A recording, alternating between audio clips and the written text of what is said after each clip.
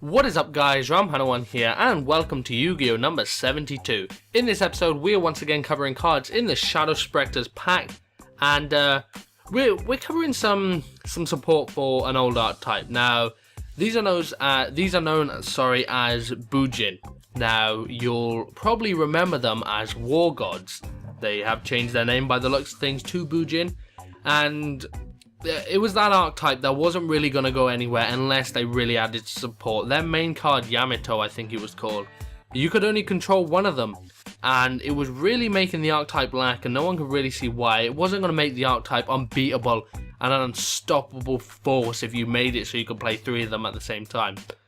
But now we have more support for it, more support for the Bujin, some relics, another Beast Warrior type monster that can be played alongside Yamato, as well as another XYZ and another support spell card. So let's get into them. Excuse me if I butcher some of these names, but the first card we have is Bujin Mikazushi. This is a light Beast Warrior effect, level 4, 1900 attack, 1500 defense, and its effect reads: when a Beast Warrior type Bujin monster you control is destroyed by battle or by a card effect, you can special summon this card from your hand. During the end phase, if a Bujin monster was sent from the hand to the graveyard this turn, you can add one Bujin spell or trap card from your deck to your hand. You can only control one face-up Bujin Mikazushi. Next we have Bujin Relic Yatta.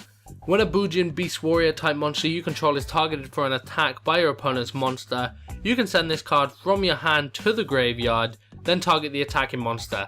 Negate the attack, and if you do, inflict damage to your opponent equal to half that target's attack. You can only use the effect of Bujin Relic Yatta once per turn. Then we have Bujin Relic Owabari.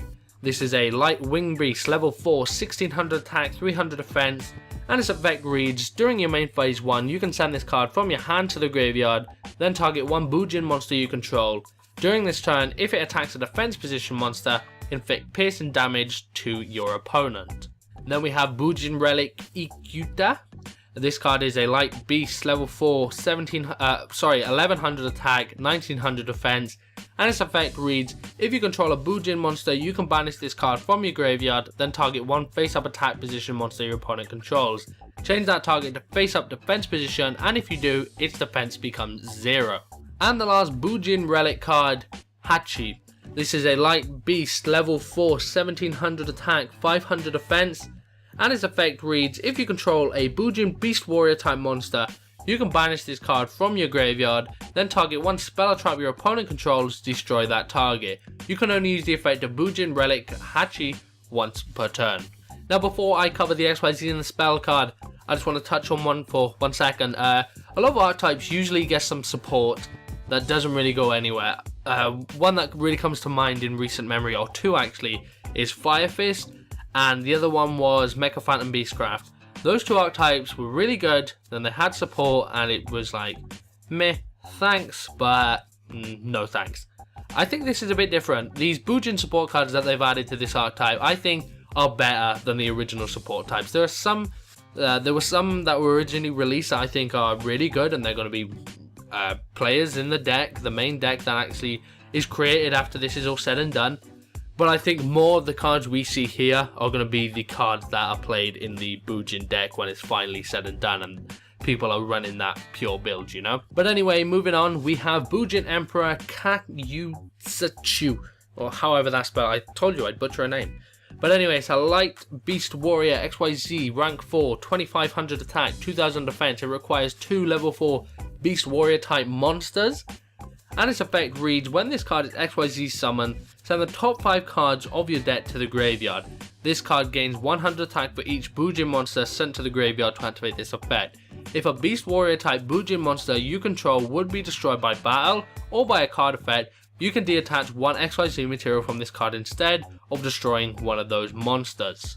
Now the real difference here between this XYZ and the last one that the Bujin's got is that you must use Mikazushi and Yamato to make it, because you need 2 level 4 beast type warrior monsters to make it. That's well, it doesn't even have to, it doesn't say Bujin, so you can use whatever beast warrior type monsters you got. I know there are lots of beast warrior type monsters out there that can really work in the Bujin deck and make this card, but I think it's really referring to you need to have those two. But of course, people do run other Beast Warrior type monsters. I know there's a really big one, I can't remember the name of it off the top of my head.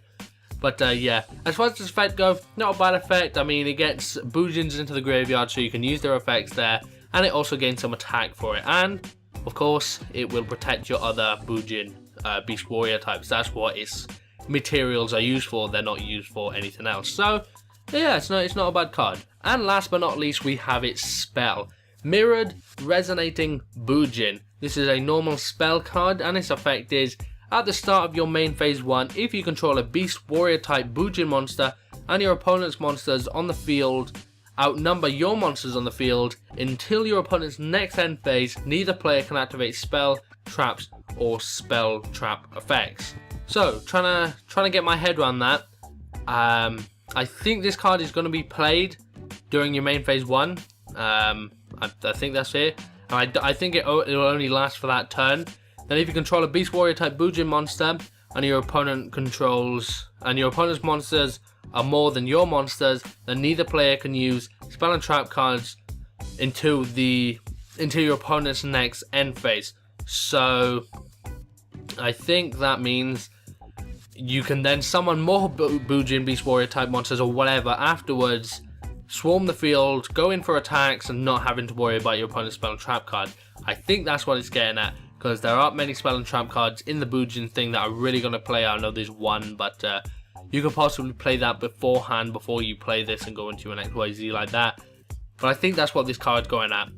I don't see it getting much play, if I'm honest. It just doesn't seem like the type of card that's going to get much play. I think maybe you'll run one of them, and if you need to run it, your opponent's got a nice back row and you want to call game, then I think that's what it's going to be used for. But I doesn't look like it's going to be one that's played in as a main card. You're not going to rely on it to win the duel. Overall thoughts on these cards, I didn't really like the Bujin archetype to begin with, or War God, whatever it was called before. I don't see myself playing it much either. I definitely see these cards being better, and fans of the archetype are definitely going to be pleased with them. I myself am just not a big fan of the archetype, but I want to know what you guys think. Let me know in the comment section down below. Do you like these cards? Do you like the Bujin archetype as a whole? Let me know. Also, if you enjoyed the video, remember to give it a like, rate, and subscribe for more videos. Again, guys, this is Panda1, and I'll see you all next time. Peace.